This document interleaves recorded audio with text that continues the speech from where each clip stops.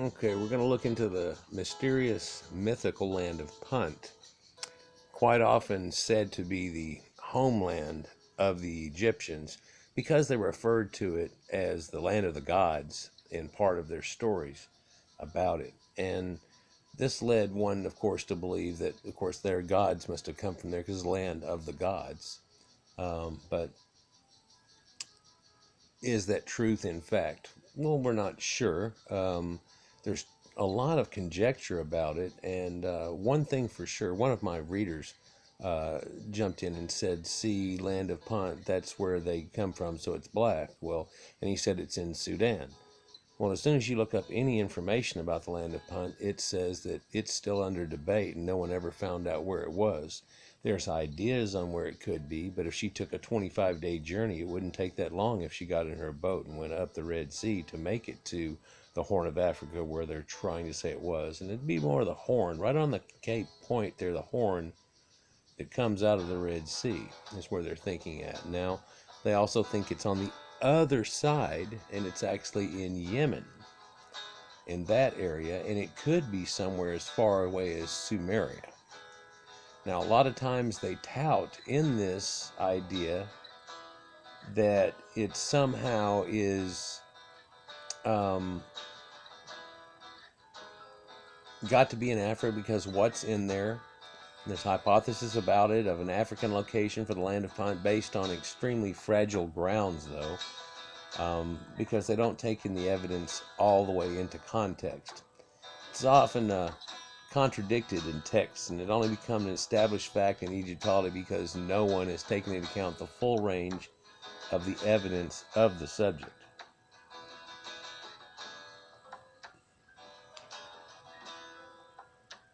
The only way to reconcile it is to put it into the Arabian Peninsula. It incorporated in a rather imprecise manner the whole coastal zone of the Red Sea down as far as present-day Yemen, and the actual heart of Punt probably corresponded more or less to Yemen Tihama, most people think. But it could have run all the way up into the edge of Sumeria, because they had definite ties from there. Now, there's a lot of other stuff in the book that cites examples of Egyptians calling the Puntites sand dwellers, and that's the Egyptian term for Arabs, so that puts them out over there. Also, a punt stick is like the stick used for making cuneiform and things like that, and so that also puts it there. So the name locations in Asia as being Punt. Other sources name it as being directly to the east of Egypt and as far south as Egypt's southern border. Well, now, if they say it's east of Egypt, then it can even be on the continent of Africa. And if you went east of Egypt and then went down the Red Sea as far as their southern border, which is like the fifth or sixth cataract, depending on when we're talking about in history, that puts you down 2/3 down on Yemen, down the Red Sea area. This again describes a location on the Arabian Peninsula and not something that was necessarily in Africa. So looking at the map here, they would supposedly come down to this point right here where this cataract comes in that little point, and then they would take and get off their boats and come out and carry their boats. Some thoughts even said they might destroy their boats into pieces, bring them here, and then reform them back on what they make. And they make a makeshift dock and then work out of it, and then come all the way down, And the area is looked at as being perhaps somewhere over in here in the mountains, but it could easily be that whenever it's a 23-day journey, that they actually hug the coast and then come down around here, up around here, came down and sailed right up into the edge of Mesopotamia, right into this area, and ran into these people here. Indeed, this is where Dilmun is, and there's quite a few palm trees and things like that, and the people there created huts, and it used to flood out right in this area, and so they put their houses on stilts, and that's exactly the description and the things shown actually in the pictures that are on the walls of the reliefs at el-Bahri. The main name Africa is believed to be possible location was the belief that all the animals on the el-Bahri reliefs were native to only Africa. Problem is that they weren't. And so this leaves more questions. Now, Leopards, cheetahs, and baboons, ostriches, giraffes, rhinos, and hippos could all be found in the Asia, even into historical times. So, and we know this fact. Now, of course, there's much more of them into Africa now, and the other ones have gotten killed off. And once it became a wasteland, everything went away real quick. And in fact, it's doing it to Africa too, as the center of it becomes a wasteland, and we're in desperation trying to save some of these animals, while the poachers keep killing the elephants off like crazy. But all of these animals were even found there. There's one conspicuous part about that, though. When examined closely, the rhino in the reliefs is a one-horned Asiatic rhino and not a two-horned rhino. Now, there's an interesting thing about the Bible about this. Yeah, I don't know if you know, but the Bible says there's unicorns in the Bible. And in one case, it talks about them being quite fierce. And that would have been this rhinoceros that has one horn. In fact, his name is Rhino unicornis. And unicornis means one horn.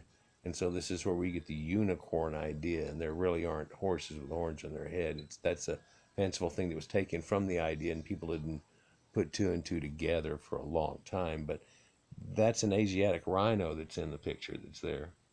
And so another argument for Africa was that the Puntites were shown as black Africans. It's untrue, though. Some of them have fair hair and are depicted very differently to the black Africans seen in Egyptian art.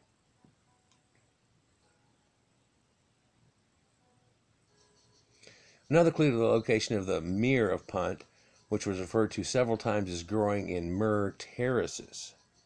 Now, this requires farming, and way back at this time here, Negroids didn't really have farming. It was just coming to them from having interactions from other people. They were all still basically hunter-gatherers primarily.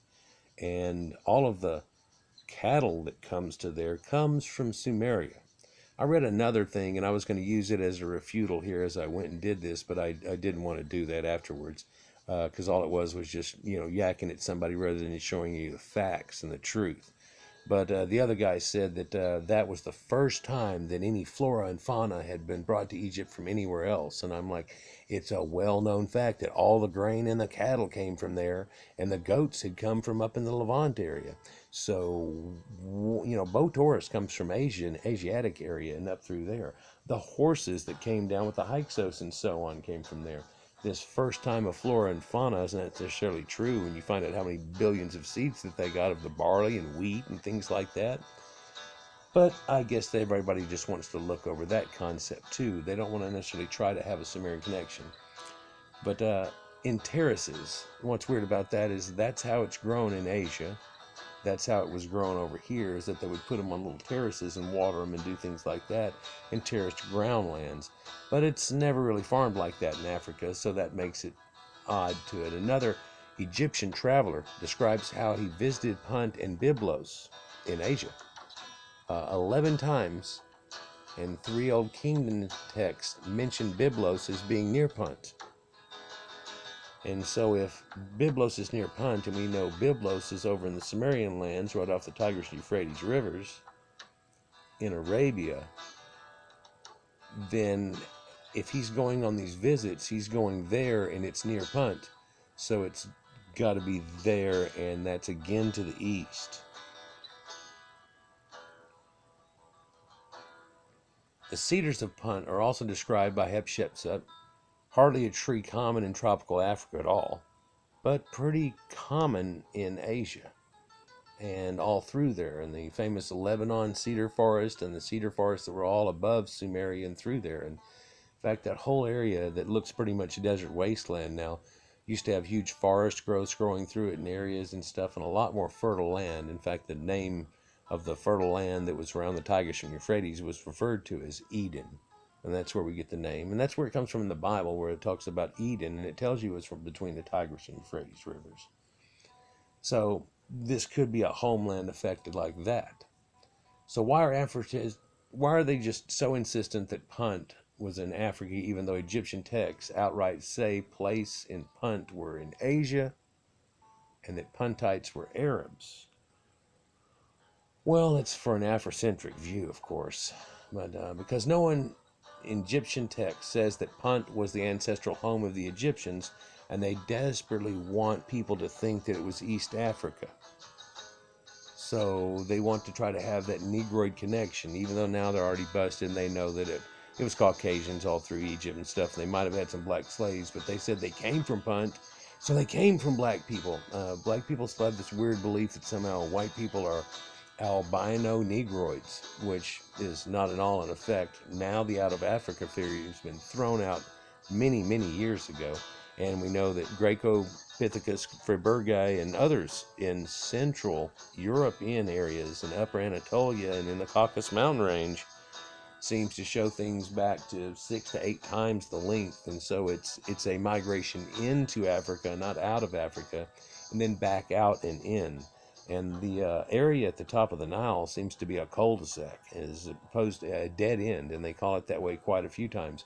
Why? Because blacks never come down from that. The Nubians do little attacks from that, but they're held off wait until like the 25th dynasty, and then they came in and attacked at a bad time and ended up ruling Egypt for a mere 70 years. And the terrible thing is that Egypt never recovered. At that point, it was always from then on ruled by foreign rulers. And so the downfall of Egypt was caused by what they called vile Nubian troglodyte Negroids.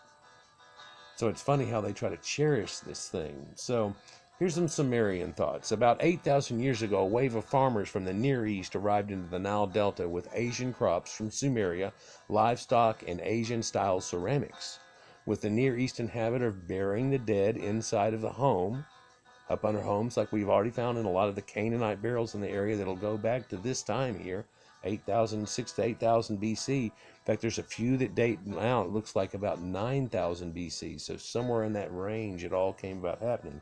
Of course, this all predates Sumeria's knowledge of its writing, and it shows you that this had happened in primordial time, and that Sumeria was going on a little bit longer than they had writing. It wasn't like we built a city the day we started writing, but yet we started farming and built cities and and then developed writing. And it's not something that happens over 100-year period.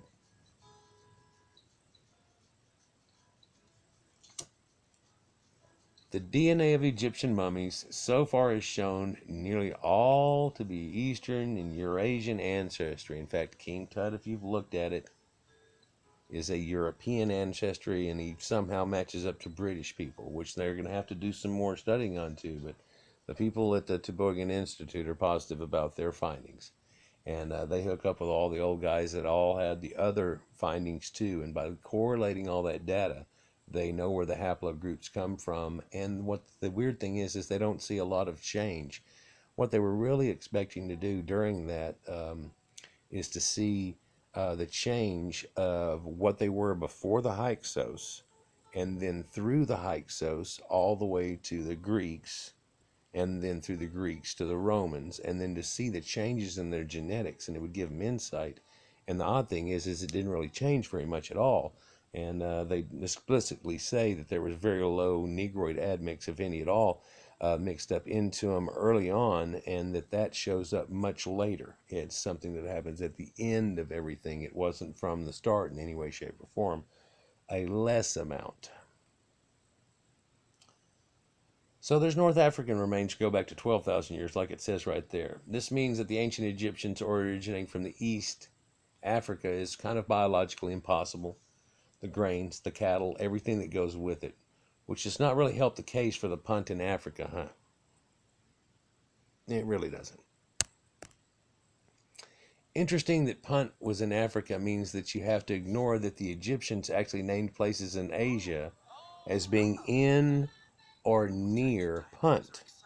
And if you're going to use that, like it says, then it seems that you would have to say that it's more over in Arabic lands. And the fact that they call the Puntites Arabs or sand dwellers. Now, the land of Punt, as we call it now, was known as Pwnt, or it'd be Pwenet in Egyptian. It reads Pwenet here. It's an ancient kingdom.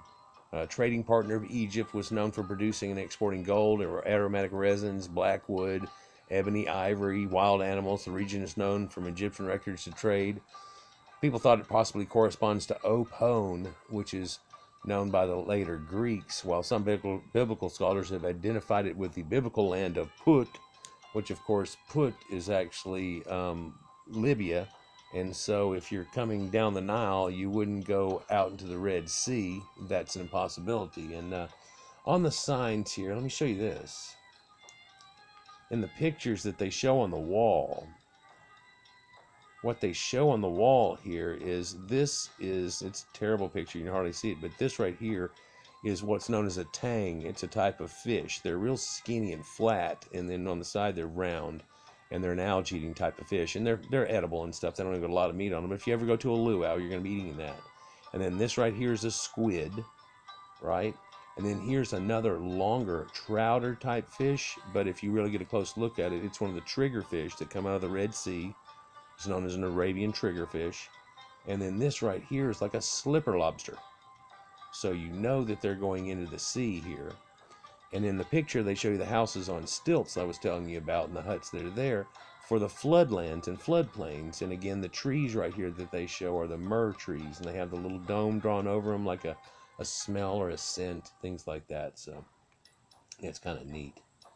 But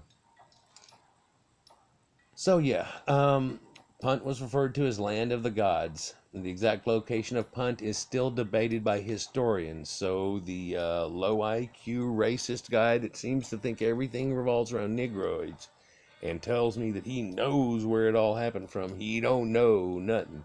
But I think I just proved to you that there's 3 or 4 things in there that say it must be over there.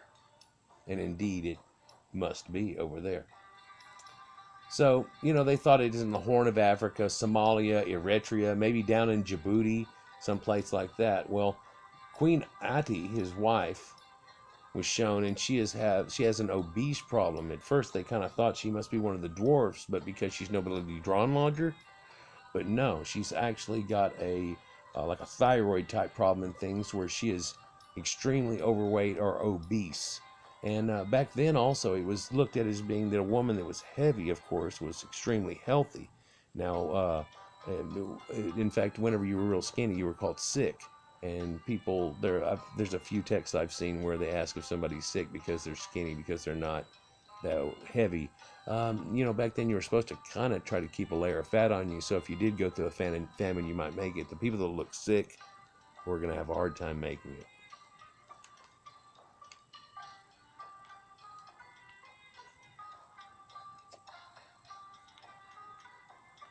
In the reign of Menhotep III in the 11th dynasty, an officer named Hanu organized 1 or more voyages to Punt, but it's uncertain whether he personally traveled on these expeditions.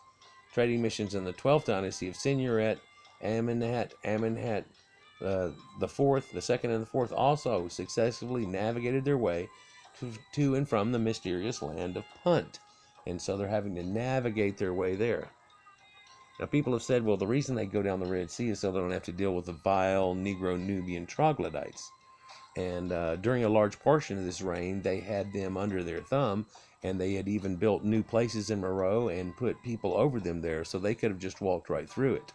In fact, it would have been a procession. But they want to leave that fact out too, and leave that away. In the 18th dynasty of Egypt, though, Hatshepsut built a Red Sea fleet to facilitate trade between the head of the Gulf of Aqaba in points as far as Punt, to bring mortuary goods to Karnak in exchange for Nubian gold. Hatshepsut personally made the most famous Egyptian expedition that sailed to Punt.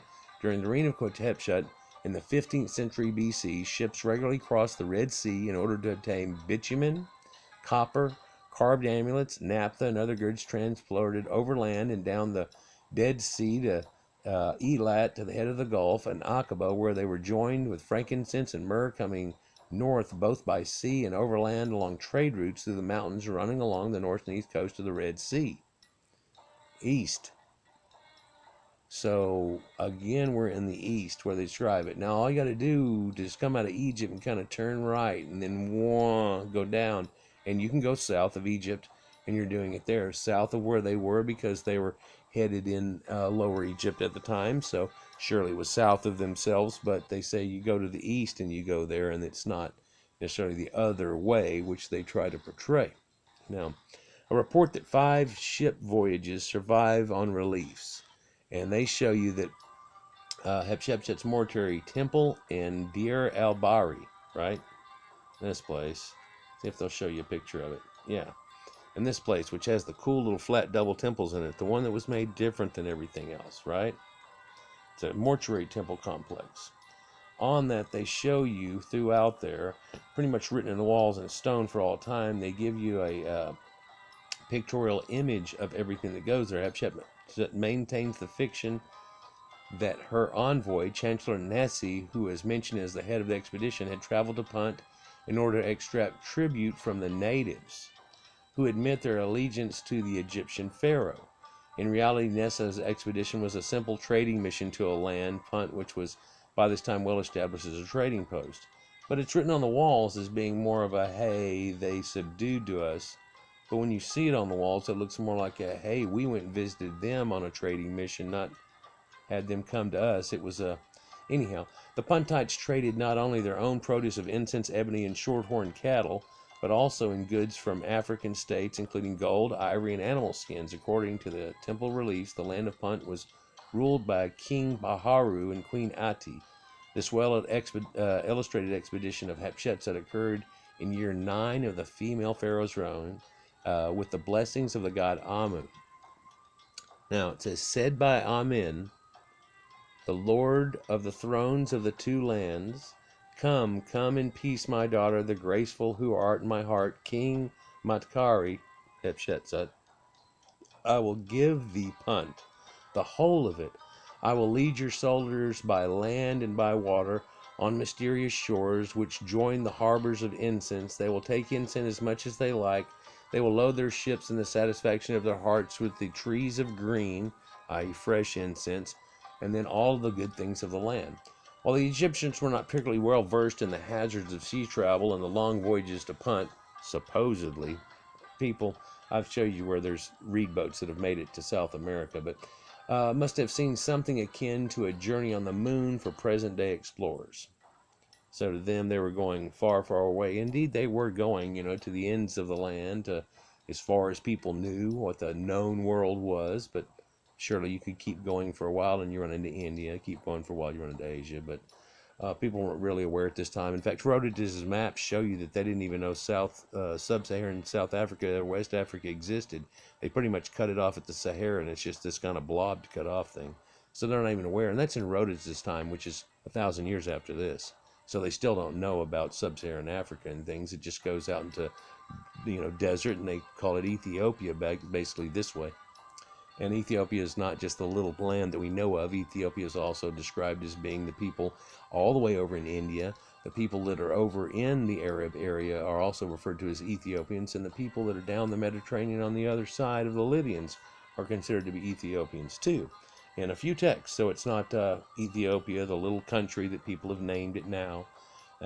Indeed, it was something totally different at the time. They are named for it, but that has nothing much to do with it. They arrived safely at the desert country of Coptos. They moored in peace, carrying the goods they had brought. The goods, were loaded and traveling overland upon asses or donkeys, and upon men being reloaded into vessels in the harbor of Coptos. The goods, the Puntites, were sent forward downstream, arriving in festivity, bringing tribute to the royal presence. And what they're saying here is they came back up the Red Sea, and then they parked at their harbor, grabbed all of their goods. They left out of that harbor, went across the land again, went to the Nile, got back in more boats, went downstream, and arrived in festivities. After the end of the New Kingdom period, Punt became an unreal and fabulous land of myth and legends, pretty much. In the ancient times, Punt was called Tad Nadjeter, meaning God's land, not necessarily land of the gods. So that's kind of odd, but it also harkens to the fact that some of these Egyptian gods in old antiquity may have come from there. Well, if you ever look at the Louvre exhibit on Narmer, which is the first king to ever unify Egypt itself, the statue they have is a Sumerian priest king. They have the lapis lazuli eyes built into them, and they have their hands clasped in front of him. Although his arms have been shattered off, you can still see where his hands were clasped in front of him, his beard, the whole 9 yards. It's not that little Egyptian beard either. It exactly looks like a Sumerian priest king. And indeed, that's what a lot of people believe now that have really gone into depth and studied, that it started off with a Sumerian priest king that had come over and tried to take over the area and unify the entire thing. So Wallace Budge stated the Egyptian tradition of dynastic period held that the aboriginal home of the Egyptians was Punt. The term was not only applied to Punt located in southeast of Egypt, but also regions of Asia, east and northeast of Egypt, such as Lebanon, which is a source of wood for the temples. On the murals of the Hatshepsut temple in Deir, the queen and king of Punt are depicted along with their retinue. Due to the unusual appearance, the queen was sometimes hypothesized to have advanced steatopygitis or elephantitis. However, now doctors have really seen a lot of this stuff, and they believe that her thing is what they now call Queen of Punt syndrome. And it's basically a familial obesity that she has that was genetic. And so she was supposed to be in a group of people that barely got to eat anything, and therefore she would have stayed healthy when other people became skinny as hell. But being a queen and her eating like a queen, she became quite obese. They believe that it's lipomastosis, Derkham's disease, neurofibromatosis, congenital lipodystrophy, all these other type of things that could be, and Proteus syndrome too, that could be something that she had like that. But I don't believe she had all those things, although her body is quite contorted, and it does look like she had some type of severe scoliosis type effects too, with the way that she stands, as you saw her in the other picture before. Quite a heavy woman. But they ended up getting all this stuff from there. They got, giraffes, baboons, hippopotamus, leopards, and things. And so they said, well, that's got to be from Africa then. But no, King Nimrod had a leopard skin. Leopard skins were all up through that entire year for a long time, even into historical record quite a while. Elephants were taken through back and forth into these areas. The one-horn rhino was out over here. The two-horn rhino was more down off into Africa. Now they have both there, and they're trying to protect them as much as possible. They're not really seen in the other areas anymore, but used to be quite a bit. There used to be a lot of wildlife that is no longer in these areas, as it's become a barren desert over the last few thousand years here, just cooking its way out. It's not the land that it used to be. It used to be quite greener than it was. A lot of people know this fact. So anyhow, so here's the wall relief that they have, and you can see the hut that's in there on it. Hopefully you can see that. I'll highlight the hut here. But that style of hut is something that's seen on the floodplains. And if you've seen my Sumerian one about the reed houses, they have the little huts like this all over the place, and they have the big reed homes that are huge and look like some type of resort thing.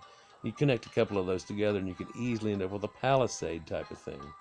And so below the water there too, here's what a hut would look like, that they had something like these huts over here, something like this. Anyhow, so here's all the information onto that, but I just wanted to share that with you, that it looks like it would have to be, see, this is Pwenet. If you use that right, that would be Pwenet. And people have wondered and, hypothesized perhaps, because Sumeria really was named by other people. They were known as being the Aryans of an area they called Sumer, which is like summer, because they lived on the equator and it's always summer. But in reality, they may have had a different name from themselves that we never do really find. They just call us. They name other people. The Egyptians do the same type of thing, where they say, that they name other people, but then again, is that the name the other people have for themselves? You have times now where Libya is the name of the Libyans, but, other names for people don't fit and hit right anymore because of their names for the people and stuff. And so that makes it to where you can't identify it as well. But it is showing that probably is east of Egypt, like it says. And that leads into the areas of Arabia and into the edge of near Byblos, just like it says. And so that would have to be Sumerian lands, somewhere between these two. And indeed, your Queen of Sheba and the Sabaeans lived in this area. And I've got a video on Sabaeans, and it shows you all their sculptures. And they look extremely Greek, very Carthaginian somewhat, but very Greek in their artwork, using a lot of alabaster and things like that. And so this could have been the connection they had to come to also. Anyhow, like, share, and subscribe, guys. But there's your land of Punt, the mythical land of Punt, and where it probably is, well, it's probably over near Sumeria, where everything else came from that started off Egypt.